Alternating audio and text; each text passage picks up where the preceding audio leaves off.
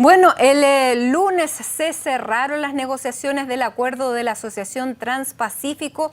Este va a crear la zona de libre comercio más grande del mundo y queremos conocer más detalles sobre este y otros temas. Conversamos con el senador del PPD y miembro de la Comisión de Relaciones Exteriores, Ricardo Lagos Weber. Senador, gracias por este contacto. Buenas tardes. Muy buenas tardes, Matilde. Muy contento de poder conversar con ustedes en este momento. Senador, usted fue parte del grupo negociador. Hace 12 años se cerró el acuerdo de libre comercio entre Chile y Estados Unidos. ¿Qué beneficios nuevos trae a Chile este TPP, como se le conoce a este acuerdo, cuando tanto como con Estados Unidos como con casi la mayoría de los países que son que pertenecen a este acuerdo, ya Chile tiene tratados de libre comercio? Correcto, nosotros hace 12 años tenemos un acuerdo bilateral con Estados Unidos y entre medio, desde entonces a la fecha, hemos negociado bilateralmente también con cada uno de los miembros de este nuevo acuerdo que es el TPP.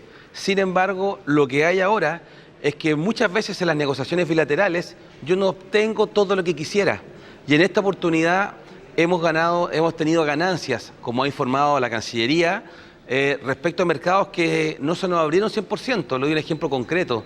En materia de productos agropecuarios, con Japón, con Malasia o con Vietnam, o con el mismo Canadá, no todo lo que queríamos lo logramos en esa oportunidad hace años atrás.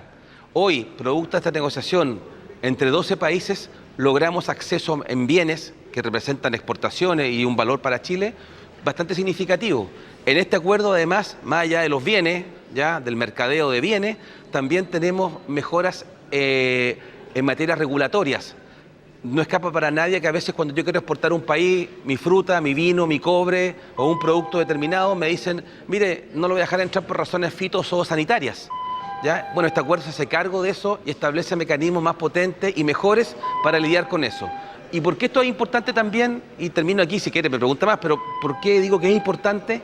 Porque este grupo de 12 países reúne a dos de las 3 economías más grandes del mundo, que son Estados Unidos y Japón. Y es la primera vez en 20 años que economías de este tamaño están fijando reglas de comercio al mismo tiempo que donde deberían estar las nuevas reglas no pasa nada, como es la Organización Mundial del Comercio, porque las negociaciones allá están paralizadas por más de 14 años. Entonces, allá nos avanza, donde a mí me gustaría que avanzáramos, y mientras tanto se juntan 12 países, de los cuales Chile es miembro fundador, y está fijando las reglas. Por último, nosotros somos miembros fundadores de este acuerdo, y nosotros hemos contribuido con nuestro criterio a fijar las reglas de este acuerdo. Para los que se integren después, van a tomar las reglas que nosotros fijamos junto con los gringos y con los japoneses y con los malayos y con Vietnam. Senador, en cambio, lo otro, nosotros fijamos las reglas. Senador, se ha hablado mucho y una de las principales críticas es la falta de conocimiento que se ha tenido durante las negociaciones, durante estos 5 años de negociaciones. Incluso se planteó que solo se había conocido una parte gracias a Wikileaks. ¿Por qué se negoció de esta manera? Que ha generado precisamente la desconfianza de muchos sectores. Ayer conversábamos con el diputado Vlado Mirosevic y él francamente tenía muy pocas claridades respecto al acuerdo que se había llegado siendo un parlamentario. Yo encuentro que el esfuerzo que se hizo, sobre todo en el gobierno anterior, no fue muy fuerte en socializarlo. Yo por escrito le pedí a la Cancillería en su oportunidad, como miembro de la Comisión de Hacienda del Senado, de que nos informaran más acabadamente de los detalles de la conversación. Yo negocié acuerdos en el pasado y sé que las conversaciones son, comillas, reservadas. Uno no las hace públicamente todas las conversaciones, pero estábamos permanentemente informando de cuáles eran nuestros intereses ofensivos, ¿sabes? Cuáles eran nuestros intereses en acceso a mercado o de penetrar en el país con el que estaba negociando y qué temas eran muy sensibles y que yo tenía que proteger. Y creo que en la negociación de estos 5 años del acuerdo, desde el año pasado se ha hecho un esfuerzo muy grande de socializar, han habido reuniones con centros de estudio, con ONG, han habido seminarios sobre el contenido del acuerdo. Dicho eso, lo importante es que si ya se negó a una negociación, lo que viene ahora, y esa es la responsabilidad fundamental del gobierno, y este es mi gobierno, pero yo se lo encarezco que lo haga a la rapidez y con mucha fuerza y mucha claridad, cuál es el contenido de la negociación, porque ya está la negociación, ya sabemos lo que se negoció, bueno, ellos lo saben, que lo socialicen. ¿Para qué? Para despejar temas que en algún minuto causaron mucha preocupación, incluido mi persona. Habían demandas de parte de Estados Unidos principalmente en materia de propiedad intelectual que creo que eran excesivas y lesivas para nuestros intereses. Por ejemplo, el Eso tema farmacéutico, entiendo, senador. Farmacéutico, Claro. en el tema digital, en el tema de proveedores de Internet, ¿Está en el tema de conforme? tratamiento de animales y plantas, había una serie de medidas muy exigentes que nosotros no estábamos en condiciones de aceptar y no se aceptaron. Pero yo quiero que eso quede claro para aquellos que tenían legítimas preocupaciones. Yo no parto, Sí, no hablemos parto de la de base que las claridad. críticas son de mala fe. Sí, hablemos de claridad, senador. Respecto al tema farmacéutico, ¿usted quedó conforme con lo que se llegó finalmente de la protección de 5 años? Entiendo que eso demoró incluso más 2 días las negociaciones. En materia farmacéutica, ¿está conforme y protegiendo a los, digamos, consumidores chilenos, básicamente a los pacientes, que además tenemos esta ley Ricarte Soto, por lo que se va a necesitar medicamentos a bajo costo y no con los 12 años de protección que quería Estados Unidos? Correcto. Estados Unidos quería 12 años de protección, 12. Y hoy día en Chile actualmente son 5. De eso no se movió la negociación. Y quiero decirle que entiendo, y habría que confirmarlo con la Cancillería, de que las instrucciones, el mandato para negociar estaba muy limitado. Chile no iba a avanzar de los 5 años. Y si el costo de eso era postergar las negociaciones o Chile retirarse de las negociaciones y posteriormente evaluarlo nuevamente, creo que estaban en condiciones de hacerlo y me parece bien. Porque Chile tiene un sistema en el cual queremos respetar la propiedad intelectual, pero nos parece que el límite a la protección tiene que ser razonable. Yo entiendo el criterio de Estados Unidos. Estados Unidos es un país que invierte mucho en innovación, crean cosas y por lo tanto ellos dicen mi negocio es yo invierto para crear algo y después que yo creo algo lo patento y tengo protección. Eso es su criterio, pero nosotros que no tenemos esa capacidad necesitamos también que los remedios después de un periodo razonable y 5 años para los genéricos es bueno y para los biomédicos es un periodo razonable, se haya mantenido. Y la prueba de aquello es que leí en declaraciones en el día de ayer del laboratorio chileno, sus representantes señalando de que ellos estaban conformes, no sé si la palabra fue feliz, pero estaban muy conformes con el resultado de la negociación y yo valoro que hayamos tenido la capacidad y la fuerza de mantener esa posición, que a veces no es fácil cuando son 12 países. Conociendo el peso de la industria farmacéutica, precisamente usted lo decía, de Estados Unidos, ¿qué fue lo que tuvimos que ceder nosotros para no movernos de estos 5 años? Porque algo habrá cambio, esto es una negociación. Sí. Lo que pasa es que nosotros ya teníamos un acuerdo con Estados Unidos y Estados Unidos lo que estaba buscando era fijar reglas con otros países más que con nosotros.